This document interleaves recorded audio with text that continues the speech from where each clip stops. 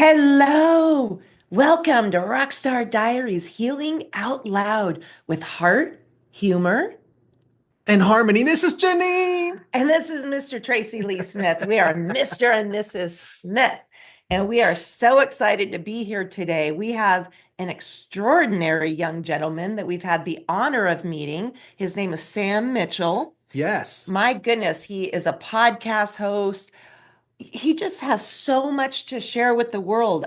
Let's just bring him right on. I tell you what. Let's welcome Sam Mitchell. I'm going a long way from here.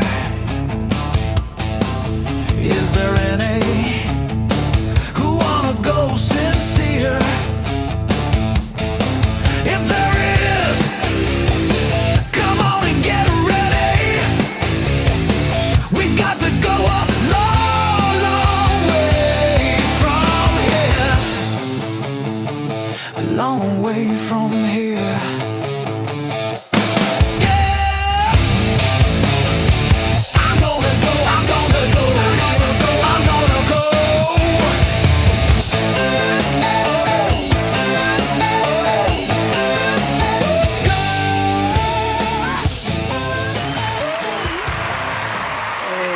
Thanks for having me on. Good to be here, guys. And I wish it was definitely a little warmer out, but hey, what can you take? It's nice weather at least with the sun shining. Where are you in the world? I am in Indiana. Cool. Well, we're in Texas. It's about 59 degrees here, but it's windy. It is sunny, but it's quite windy. But we are so happy to see you. Now, your podcast, it's called Autism Rocks and Rolls. And, just tell the audience a little bit about yourself.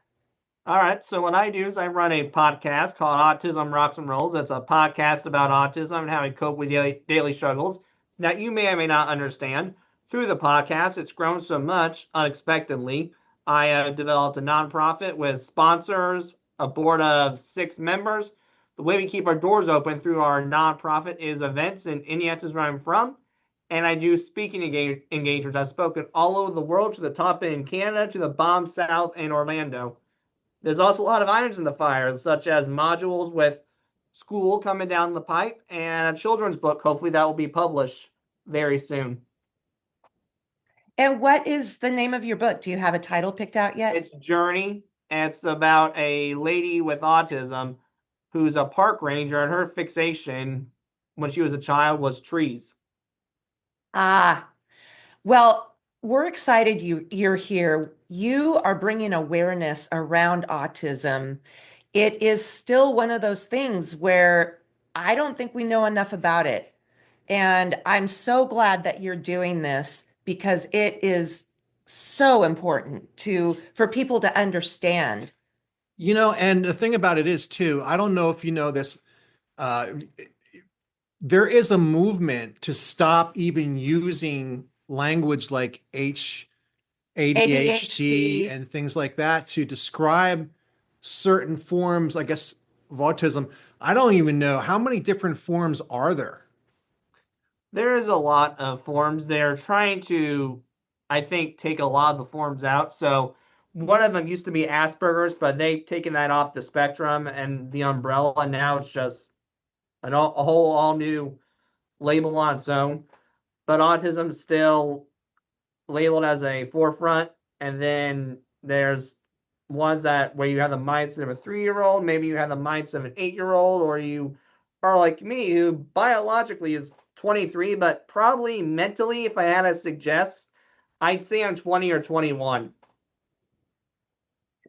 So what were some of the tell us about your upbringing and how you were diagnosed. I don't know if diagnose is the right word. That's a fine word. Okay. The way I Thank remember you. diagnosed was, unfortunately, it was so young, so it'd be hard to time travel back when I was 4 years old. But what I can remember is apparently it was very classic textbook symptoms. So not looking at you directly, it was you said my name several times, I wouldn't respond. Basically, the way I understood it is I lived in my own little world. You still have challenges today that you're walking through? Yeah, brother. Yes, sir. I have a lot of anxiety and the different types. Believe me, I could speak to you all day if I can tell you all the types of anxiety I have. I would also say I can be very blunt to the point where it's borderline rude and disrespectful, and I didn't know it was. Like I thought in my brain, I'm telling the truth, yet you're being rude, but you don't realize you're being rude. And I have a hard time with making friends, doing conversations, socializing, your non-speaking communication, trying to figure out the message behind it, the message behind an eye roll or a body language. It's a disaster some days. And then I'm trying to think of what else here for you. Oh, sensory issues. Oh, yeah, that's a big one. The Yep. biggest sensory issues is, in particular, is the wet t-shirt. That is one I do not tolerate very well. I can't handle it. It hurts my skin. I would rather pop that shirt off before it gets wet. Now, with some other people on the spectrum, it's differentiates. Sometimes it's certain smells. Sometimes it's textures in food, like yogurt. Sometimes it's disgustingness, like if a dog licks you, for example. I know you had a dog in there, and I love dogs, so believe if that dog licked someone on the autism spectrum right now, they might go ugh, and then go run in the shower. I'm not one of those. Trust me, a dog can lick me all day, believe me. But No, you don't want that. That might be someone else. Yeah. You have a sense of humor and you have such full self-awareness, but you probably didn't grow up with that self-awareness. Heck no. So walk us through that. Like what? So the journey was pretty much very challenging. I mean, from first grade to seventh grade and beyond, it was a disaster. I mean, I would try to fit in. They wouldn't understand different. I was so much in my own world that I couldn't fit in with anyone. And then I would say maybe towards sixth grade, it got a little better, but no one wanted to be my friend. When they talk to me and say, hey, how you doing? Sure. But as far as a full-fledged conversation, no. Disaster. Eighth grade liked me, but that's because my mother was a teacher. So that's going to clearly feed off of me since I'm her son. Still not wanting to be a friend, though. One of those where it was behind-the-scenes ordeal. And then freshman year was a disaster. I mean, I got bullied, excluded, all the stereotypes you can imagine. Considered not wanting to go public school. I never thought of suicide. I never thought that. But it was more of not wanting to appear in public versus putting a gun to your head, if that makes any sense. It does. And those are critical years. I can only imagine what you went through, that to be that young, and you probably didn't understand, right? That people didn't want to be your friend. Again, the whole self-awareness thing. That's Number the odd one, part. I'm so sorry. What's that? That's the odd part, actually. It hurt more because you did. I actually did. You did understand at that point? No, I would say you're actually partially right. So maybe at a certain time span, but I know 15, yes, I did. Oh, okay. Probably before then I didn't, but at 15 years old, I did.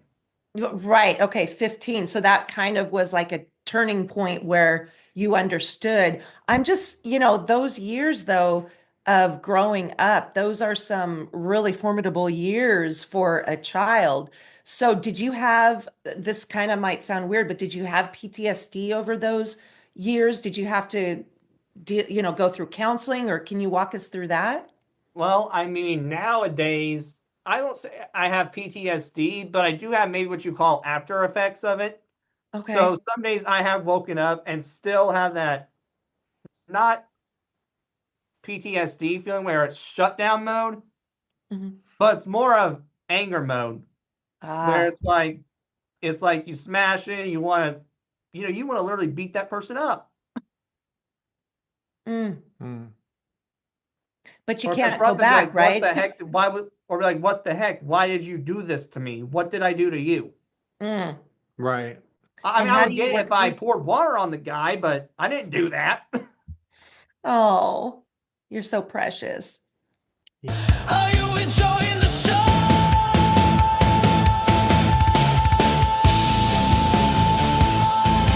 Let's go!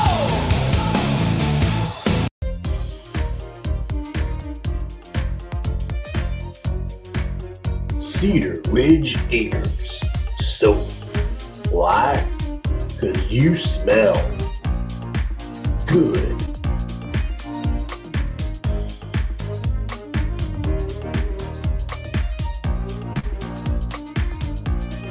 So I have some questions here. It's like for anybody who doesn't know, and truthfully, I'm not really Educated on it. educated. Educated. Yeah. So is this a hereditary thing? And also, can something trigger it like dyes in food and things like that could harm? There's been a lot of determinations. I mean, I would probably can't give you a 100% answer because I'm just not a doctor. That might be a question for a doctor to ask, but I think everyone has their own different opinions.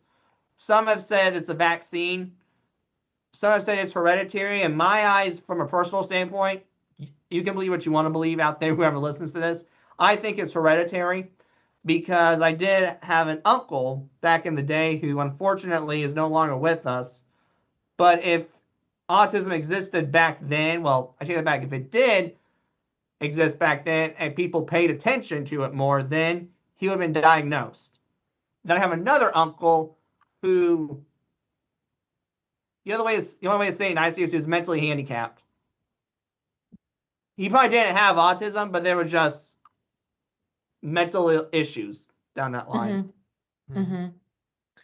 You know, you mentioned Asperger's, and I find that fascinating what you just said because I have a very close family member that growing up had some of the things that you're talking about, extreme fear of being in public around people, sensory overload, some of those things that you mentioned. You have to know that we're older. I'm sure you can gather that. And they didn't have as much knowledge back then. And so they didn't, you'd go to the doctor and they would make some sort of, diagnosis or conclusion, but they didn't come up with that word Asperger's until he was way older. And it was a little bit comforting to him because he said to me, I just thought I was whacked out my whole life. Like I didn't know what was wrong with me because I fought against it, you know. And I'm not into labels. I don't like it when people say, oh, you're this, you're lazy, you're that, I don't like labels because sometimes they define us to the point of harming us and holding us back. But you just mentioned the Asperger's thing that they took that off the spectrum.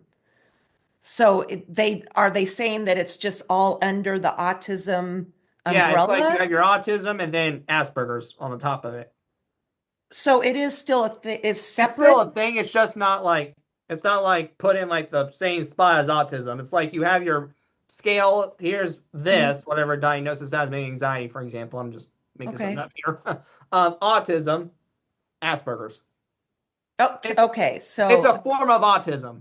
okay, I'm following you now.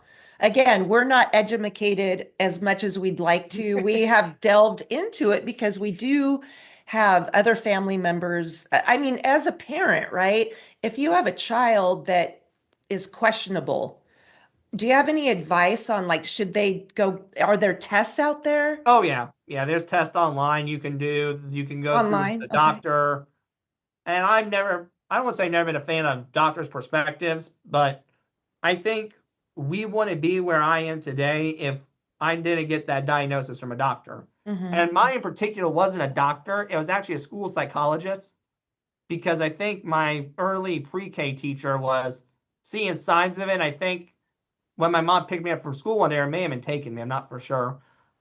They pulled her aside and said, I think he has this. I would like to recommend getting him tested. And it wasn't being a jerk. It was literally like just looking out for me. And Yeah. they got the test and I got the diagnosis. Okay. And what did they start doing differently from then on? Well, Like your from then on, mom? I got a lot of accommodations, and then I always would have something along with me. So they wanted to put me in special education, but my parents didn't think that was the best suit for me. And there's nothing wrong with people being put in special ed, believe me. Sometimes that's where they're best suited for, but for me in particular, no. I was best suited for a general ed classroom with either a TA or something called a float pass, which means you do the lesson, and that maybe is like math notes in high school. After you take your math notes, you would show them your pass, and you go to the resource room, where it's more of extra time on homework, explained a little bit better or more differently than the teacher does, because the teacher doesn't have time to. Yeah. Wow. We just learned something, That's and cool. that is epic. I'm glad that they're doing things like that. That's what my school did, at least. I don't know what other Yes. schools are doing, but I definitely recommend my school for special education wise. I think with my community wise, there's definitely some conflicts with each school, so I won't get into who they are.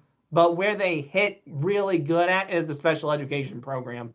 Mm. Now, did you ever get a situation in school where you wanted to do something? They said, no, you can't do that. They limited you because of autism?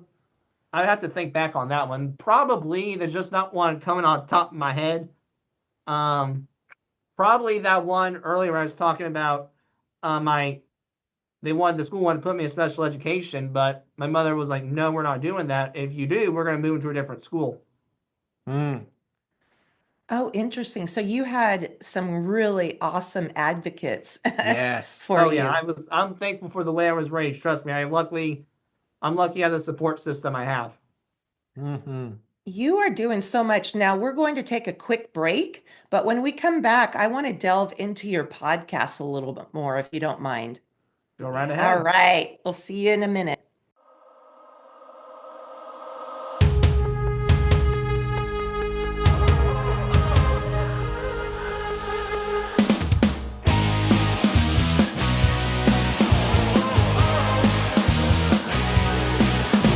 The good book says that God doesn't give us more than we can handle right now.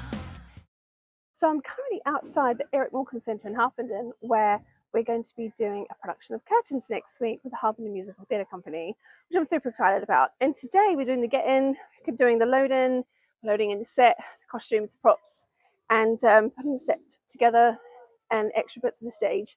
And there's a lot going on. And then tomorrow we're going to continue with This Is Pro, and then into a technical rehearsal. So everything's going on this weekend, which is really exciting. So come with me and I'll show you a bit around. The Eric Morecambe Centre was formerly a sports facility in Harpenden, but in September 2021, they finally finished the refurb and they opened its doors, and Harpenden Musical Theatre have been performing at this venue since 2022. I've kind of snuck away to just film this because it's very noisy out in the main auditorium. There's props, there's set going up, there's lights going up. And I thought I'd just sneak out of here quickly to explain what's going on. But I found this gorgeous old piano. And there's lots of nice things like this in this theatre. There's a few old things, there's a few new things, because this theatre is actually a converted old sports centre. And after COVID, they refurbed it. And this is the theatre that we've been performing in since 2022. So yeah, let me take you through to the main auditorium and see what's going on. Curtains is a musical mystery whodunit written by Rupert Holmes, Fred Ebb and John Kander. And if you recognise those names, you'll know that they are also the same people who wrote Chicago and Cabaret. So it was based on the original book and concept of the same name by Peter Stone. And there are a lot of backstage murder mystery plots going on in this show. It's hilarious. There's a bit of comedy. There's a bit of romance. And it's all up to Lieutenant Frank Chaffee to solve the case. And he also might have a little bit to say about the production they're doing as well. Here's a sneaky peek of our last rehearsal in the theatre before we got into costume and performed it in front of a live audience. Love being a part of the show. Everyone was brilliant. The creative team, the directors, the cast, the crew. It was so enjoyable to be part of.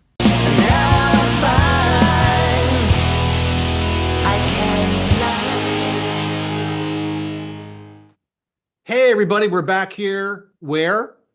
Rockstar Diaries. Rockstar Diaries with our good friend here, Sam Mitchell, who is also Autism Rocks and Rolls podcast. We're so excited. And we're going to talk about his role in the podcast and what has transpired with all of that. It is amazing. Yes.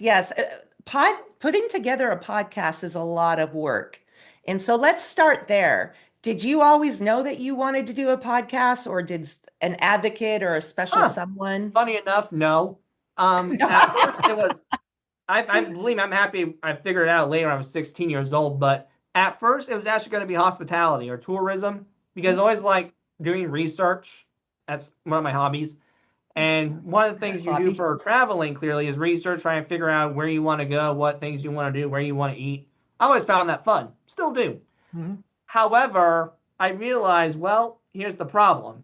I'm going to have to stick with it for now because that's what I want to do, but the money. Unfortunately, they don't make a lot of money. However, my life changed when I found Media Club in high school when I was 16 years old. And that phase, a lot of personal stuff were going on. I decided to quit people pleasing. I gained more confidence during that time span after that awful 15-year-old me we mentioned before the break. But during Mhm. that time span too, I joined my media club, which is where we learn about podcasting, radio, television. It wasn't a class, it was a club. Okay. But when I did the podcasting, it just clicked.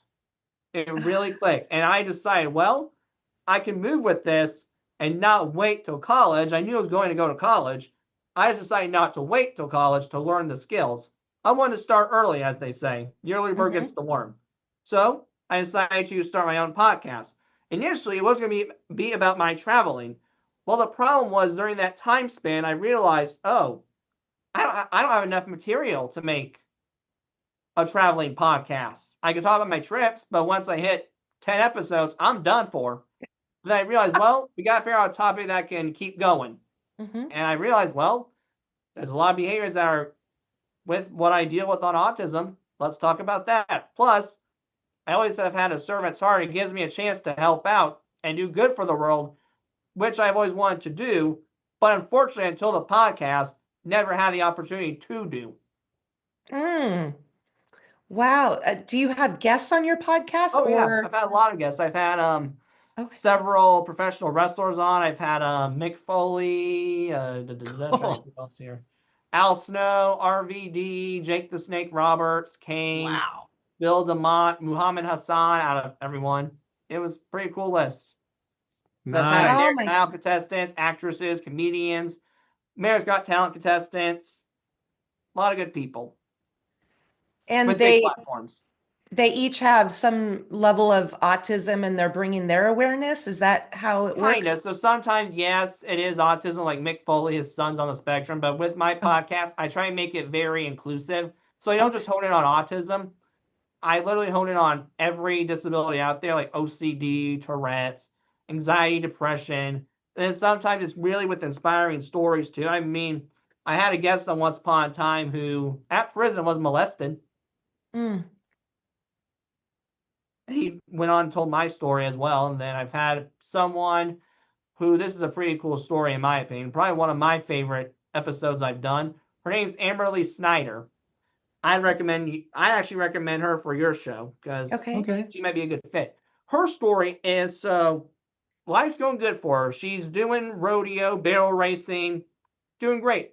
Well, unfortunately, in January of 2010, I think that's the day. You may need to check me on that.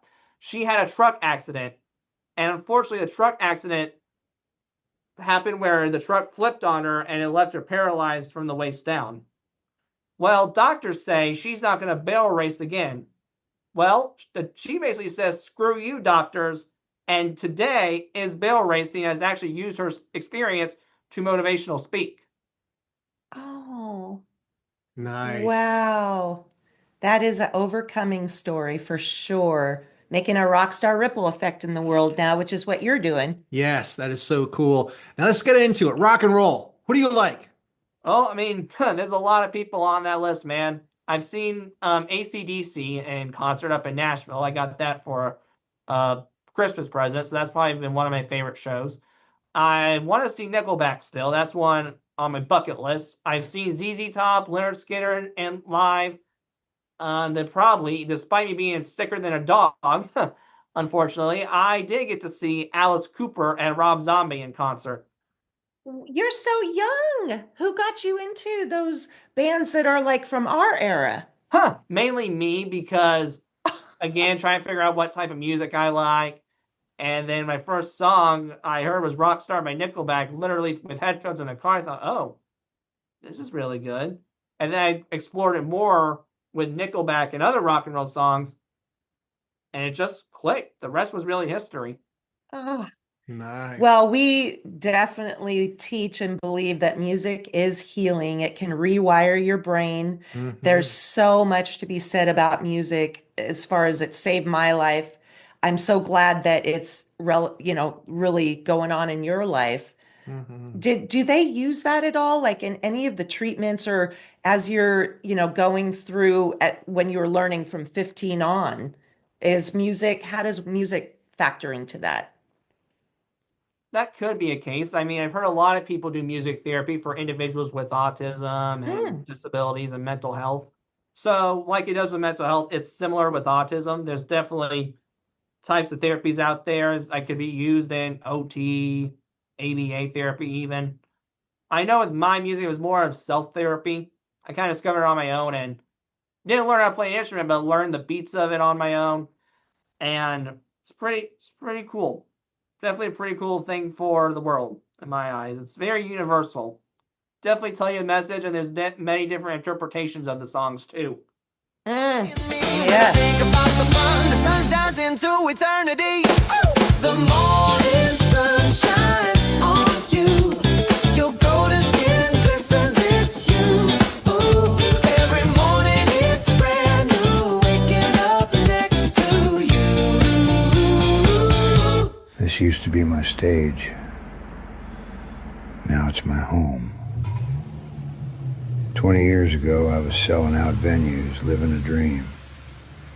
These days, I'm living out of my back seat, but the music never left me. Some nights I still play, just for the stars. Rock and roll doesn't die. It just gets quiet. I microwave my coffee, time slipped away. Saw dinosaurs dancing, they wanted to stay. I spilled spot remover, my dog disappeared. Now I'm chasing shadows, the world's so weird. I'm a walking contradiction, a cosmic twist. Reality's a joke and I'm the punchline in the mist. Gonna get a tattoo of myself. Oh yeah, 2 inches taller, standing right there. Double me, double trouble. Living like a star, just as you are. Living like a star. Living like a star, yeah. Still sleeping in the car. I built a time machine out of paper and glue. It worked for a second, say I spilled and collect. Someone sent me a postcard picture of the earth on the back. It said, wish you were here. I didn't know which here was near. I wear my heart on my sleeve. It keeps falling for everything I believe. I wear my liver on my pant leg. It knows every bar I fled. The sign said 8 items or less. So I changed my name to Les. I wrote a song, but I can't read music, so I don't know what it is. Every once in a while I'll be listening to the radio and I say, I think I might have written it. Tattoo me taller, stretch my skin like dreams. Reality's unraveling at the seams. Gonna get a tattoo of myself. Oh yeah, 2 inches taller, standing right there. Double me, double trouble. Living like a star, just as you are. Living like a star. Still sleeping in the car. Still sleeping in the car.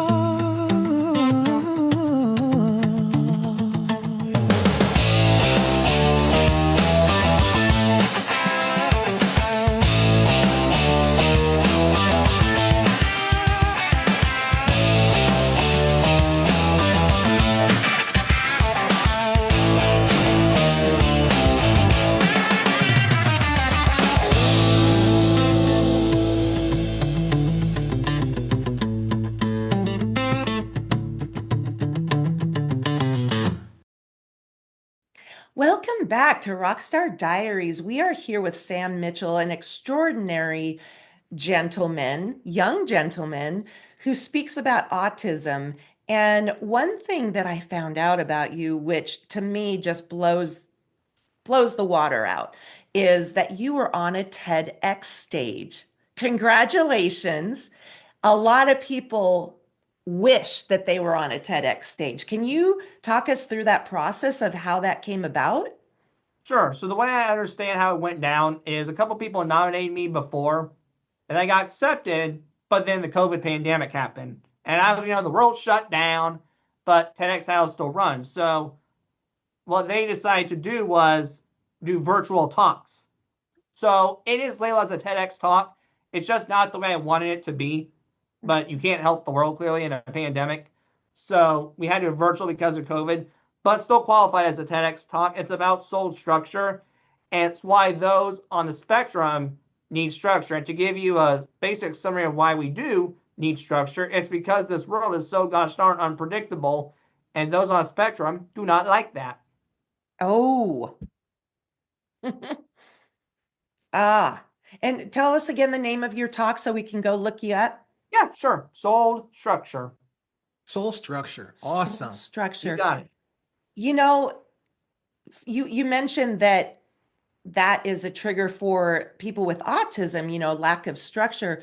But we teach that in our story to stage because a lot of people lose out on the stage, on the speaking spectrum, if for lack of a better word, because they don't structure their talks. They don't get right to the point. And kudos to you, where you're very succinct. You get right to it. Did you have to have training on that, or does that come naturally to you? So it's speaking wise, it depends. Because of me being on the spectrum and being wired a certain way, my brain is very straightforward to the point. And one of the things I'm not good at with speaking is elaborating. Because in my eyes, I've said what needs to be said. What else can I say? I'm very short and sweet. I have a friend who he's done some speaking. He's a good elaborator. Me, no bueno. I cannot do that. It's just, here's the information. There you go. Oh, I love that though. Brevity is key. Oh my goodness. So what do you think about the hard question? It's time for the hard question. Da-da. Dun, dun, dun. It's really not hard. It's just funny. So Well- we don't want to put anxiety into you. Well, okay, you have a choice. Okay. So now you can go back to your younger self as you are now at 15 when somebody's bullying you, and you can intervene and get them to stop, or you can go to the concert of your dreams, all expenses paid for, and they even give you a concert t-shirt. Which one? All right, we're going to the concert. We're going to the concert route for sure, Steve. So if my dream concert would be, there's a lot of artists. I'm not going to lie. So if I don't pick the artists, don't be offended, people. There's just too much to consider, but it had to feature Nickelback for sure. It had to feature AC/DC. Okay. It had to feature Rob Zombie. Okay. And then I'm trying to think of another person for you. Alice Cooper? No, not Alice Cooper. Okay. Skillet would be one. The band What? Skillet. Skillet. Skillet. Oh, we love Skillet. High five, brother. We love Skillet. They're a Christian rock band. Yeah, I know. I didn't know that though until I did research on it, but for a while I didn't. I got another one for you. Well, before you go on, there's no choices here. If you could go back as you are now to your 15-year-old self, what advice would you give that 15-year-old with what you know now? I would say now that someone in this world is going to find you interesting, because at 15 years old and before that, I thought, well, I have one person that's literally interested in me. That's not family related. Well, now I realize that view is kind of stupid. And here's why. There's 8 billion people on Earth. It's very unrealistic to have not at least one person that's not family find you interesting. It may be someone you don't expect. It may not be your ideal beach blonde girl. It might be a World War II veteran. It might be your rock fan, or it might be the kid with the lip piercing in. Doesn't matter though. They find you interesting. Get to know them. Try the relationship. See where it goes. Oh, Nice. mic drop. Mic drop. Connections. Yeah. You just spoke our language, brother. Can I call you brother? Sure, right ahead. I do it all the time with people. We just love you. Cool. So is there any like song this is going to be wild. What? Is there any like songs that you listened to that you thought that really, really calmed me, or did something like the frequency of the song actually really either healed you or really just like, man, yes. that really made me feel good? Well, I mean, there's one that really does, I think, soothe the soul for me. It's I had him on my show. It's James Durbin. He's an American Idol contestant, autism and Tourette's. He has an album out. The song's called Outcast. And the song is very like hitting hard on what it's like to be not with your typical beach blonde in a magazine. Mm. Wow. I thought you were going to say Thunderstruck from AC/DC. No, not yet. My favorite rock and roll song actually is kind of surprising, but not really. It's Born to Be Wild, but it's not the Steppenwolf one. It's not that one. There's a remake that, I'm trying to think of how we say it. Hinder or Hinder, Hinder. I don't know how you say it, Hinder or Hinder. They did that one so much better in my eyes. That's probably one of my favorites in general, because while Steppenwolf isn't bad, I just think the way Hinder did it was more rock and rollish than Steppenwolf.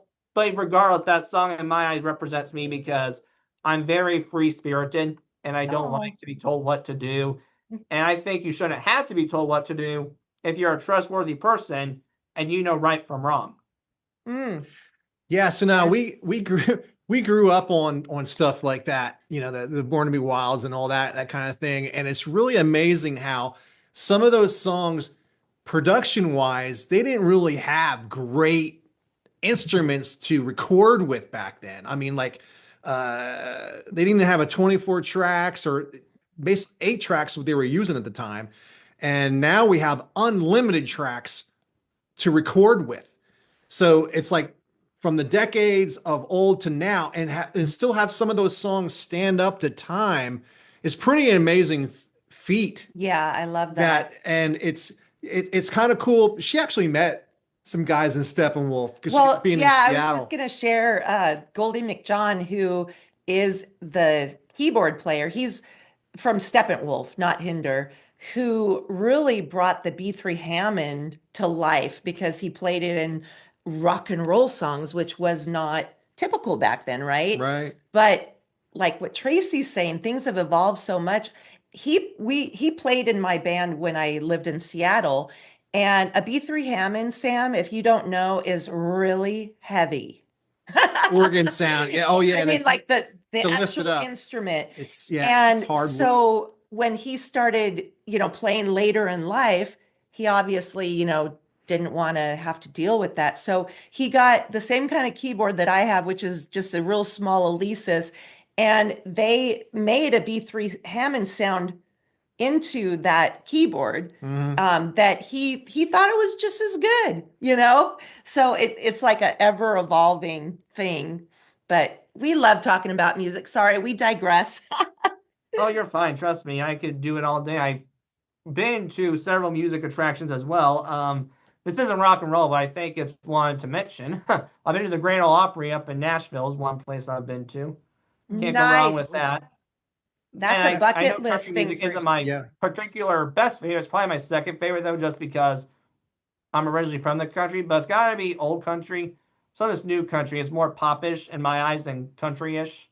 Not all of them. There's some that are still country, but some are just country pop in my eyes. And I've also been to the Rock and Roll Hall of Fame up in Cleveland. Oh, Cool. Wow. You have done a lot. Do you usually travel with your mom or dad, or? Yeah, well, the Cleveland trip actually initially was supposed to be her birthday present, she loves the movie A Christmas Story. It's one of her Oh, favorite yes. Christmas films. And I actually found out in Cleveland, Ohio, there's a house / museum that's literally dedicated to Her Christmas Story. So I thought, well, we're going to take her to that. And then just close by, when I was doing the research, I found out, oh, this is Rock and Roll Hall of Fame. Let's do that too, please. Nice. Well, we are ready for another break. So we'll be right back with Sam Mitchell and we'll find out some more awesome golden nuggets. Stay tuned. We are giving away $10,000 in Bitcoin next. Hi, I'm Lori Hardy, and I help business owners go from frustration to ease when it comes to podcasting. If you're looking to boost your credibility and grow your business but feel overwhelmed by the process, I've got you covered. With over 30 years of experience in top radio markets, I know how to make your voice heard. My 7-day Podcast Pro program helps you move from scattered and unsure to confidently launching and maintaining a podcast that connects with your audience, builds your legacy. It's done with ease and minimal time. Plus, I'll share insider tips to help you rank in the top 5% and take your message national or even global. 7-day Podcast Pro is your launch pad. Let's get your voice into the world where it belongs.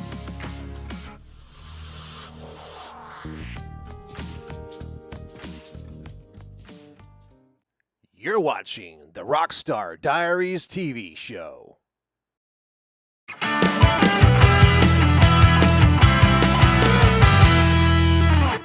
The winner is...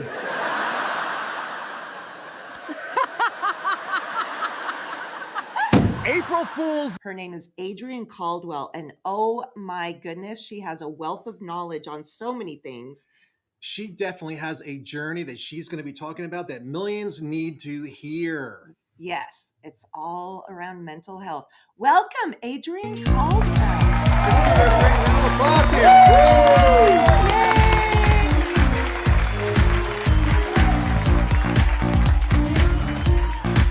Hello, my dear.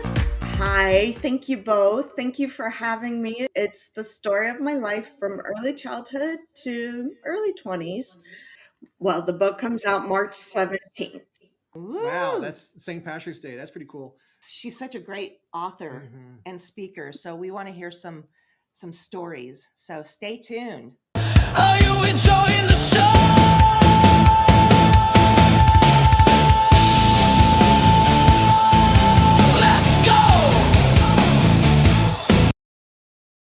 Yeah, Oh, I thought you were going to say something. I was gonna offer up some music for you because I know you're a rock show, and of course there's our music. Oh yeah, ours is the Heart best. Soul Revival, And Chasing Oz, all of our bands. Chasing Oz is awesome Hard stuff too. rock.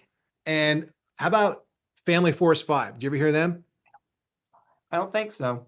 Look them up. How about 1,000 Foot Crutch? We'll send you. I a have list. heard of them. I have heard of them. They got a Yes. song called War of Change. It's one of my favorite songs. That's one of mine. Yep, I know your Yep. language. That's the one I Oh, like too. nice, nice. You know, music really can uplift and get us out of our funks. Truly, I dance like nobody's watching. I have had depression since I was a little girl. I totally have, I don't want to say cured it, but pretty much by doing all the things that work for me, which is sunlight, being outdoors in nature, taking care of myself physically, like what I put into my body, all of that. Music is key. I tell you what, when I start listening to a worship song, and if I'm in like a funk, and all of a sudden I'm just praising. So fear, resentment, depression, they cannot live when we're praising God. They cannot live where gratitude lives in your brain. They cannot be in the same space. And so I tell you what, I know you know that. So when you go into a funk, how do you get away? How do you go? Do you have to go into a private room, or do you All just my put in parents your know when ear- I have the headphones on, it took a while for them to get it, but I think they finally learned, like, I have my headphones on. I'm probably not going to hear you. If you want me, you're going to have to text me or give me a tap on the shoulder, because if you holler my name, I won't hear because I'm either A, busy getting out of funk, or B, trying to find time to procrast because of my ADHD. I love that you said that because we always like to give golden nuggets to folks that might be out there with kids or they themselves maybe that they're thinking, oh, wow, I have that oversensory thing or, this, that, whatever you want to call it. So that's great advice right there, Sam. I want to bring something up here because when you look at Sam here, right from the get-go, you're going to say, well, this is a young guy. He's Good going looking to start a stud. podcast and, we're going to see what it takes. No, man, this guy has a nonprofit. He knows what he's doing. He has a board of directors on the nonprofit. You can tell us a little bit about how that all started. Wow. Well, funny enough, so I graduated and then somehow one of the student's stepfathers I went to, not the student himself, but the stepfather of the student I went to, heard out about me. And before you know it, he just wanted to help me get new equipment. He wanted to sponsor me and he wanted then to start a board. And it was all through Mr. Steve Jasuski, which I'll probably should give a shout out to. I think he knows I probably wouldn't be where I am today if it wasn't for him. And then all of a sudden we're doing events. And then all of a sudden we're doing speaking engagements. But speaking engagements was mainly more of someone else finding out about me. But everything else with the nonprofit, the events, the sponsorship, the board, that was all through him. Oh, He's the root of it. That is so cool. I just wanted to mention our logo right back there, Hearts in Sync. Our production company. It's a movement. It's based on if two people are in love, their hearts beat the same. If a choir sings, their hearts beat the same. It's just like that union that comes together. And I was going to ask you if you had some people in your life where your hearts are in sync. It sounds like you do. Yeah. With the people there. So that is great. I really love that. And you're bringing it really out with the connections. I love the connections. And that is our mantra for this year. And also servitude. And, we learn servitude from Jesus, from God himself. And to bring that into this world, it's what we all need to do. And you are providing it with your service of what you're doing. And we thank you for that. Yes. I appreciate the compliment, brother. We applaud you. And for your events, if you ever need some music, we would be happy to show up. We want to serve you. And we do speaking engagements as well, but we also host in-person summits. So we want to invite you right now. We don't have anything set in stone yet, but we'll keep in contact because I do fully believe that what you're bringing to the world is needed. We need to understand about all mental conditions. I call them mental conditions because I don't know what a better word is, but all of these things that maybe there's just not enough information, or I applaud you for what you're doing. Definitely bringing a service to everybody. Yes, you are. I know we've said that a few times. It might seem redundant, but it's so true. So true. Well, I appreciate it, guys. I mean, yeah, you deal with a lot with it. I mean, you deal a lot with autism. I mean, sometimes you hear the nasty comments, and I've been hearing some of that lately with the shorts I do, because now I'm doing YouTube shorts. And most of the times they're positive, but sometimes I think, wow, you literally say that? Better you than me saying that, because I probably would not be able to live with myself on that one. Well, okay, so we've talked about those with autism. How about we talk about how can people like us give us some advice on how we could serve you better? How just anybody like in the schools, on the street, Oh, yeah, restaurants. there's a lot there we can go to. So one thing is give us a job, because there's 85% of people with autism unemployed. And it's partially because those with autism are scared to get the job, which I understand. Believe me, that in the employee world is not the employer's fault. But half the time, I think the employers don't want to hire us because they don't want to give us the proper accommodations. Wow. And that, my friend, needs to change because there's a lot of people with autism who deserve a chance to work. And they want to work, but they can't because the person who's the hiring manager won't accept who we are. I find that mind-blowing. It is mind-blowing because there's so many other things that we've come such a long way with as far as special accommodations within the workplace and school, but there's none for that. So we need to, does your nonprofit work on anything like that, bringing things Yeah, to like, we work with a company. I can probably shout down because I think they're helping out. It's called Employ You. They're actually in Castleberry, Florida, and they actually, with our work, they actually will pay people with autism to go work. So let's say we have Johnny here who's on the spectrum and he wants to go work at Walmart. Well, for 5 weeks, that employee will pay for him working at Walmart instead of the job, Walmart. And what we've been able to do is we've actually gotten people who are through Employ You intern for us, and we don't pay them. Employ You does. Nice. oh, that is, So cool. it's really cool. Wow. Okay. Thank you for sharing that. Is there anything else that you have, like golden nuggets that you'd like to talk about, or anything that you're coming out with, like another a book or something I'm that trying you'd to like think to here. I mean, promote? well, we are working on modules, more in the works with that, with this program called School. It's not new. It's not SCHOOL. It's SKOOL. SKOO. Yes, that is a Yep. good It's been program. advertised on Facebook, but we're working with modules with that, and that will have material on there and featured bonus content you can actually get not anywhere else other than school. Good for you. Cool. That is really, really cool. We're so grateful and glad that you're here today. We learned so much. I learned. I'm more educated than ever. I say that loosely. And we got to talk about music. Yeah. Can you teach an old dog new tricks? Yeah. I'm not calling you an old dog. Well, I'm not a young dog. Yeah. Oh my gosh, we're silly. Thank you, Sam. And we look forward to seeing more of you all over the world. I know it's going to happen. Well, Thanks I for appreciate being it, guys. Thank you for your time. Thank you for your time. And we're signing off right now. Rockstar Diaries. Bye.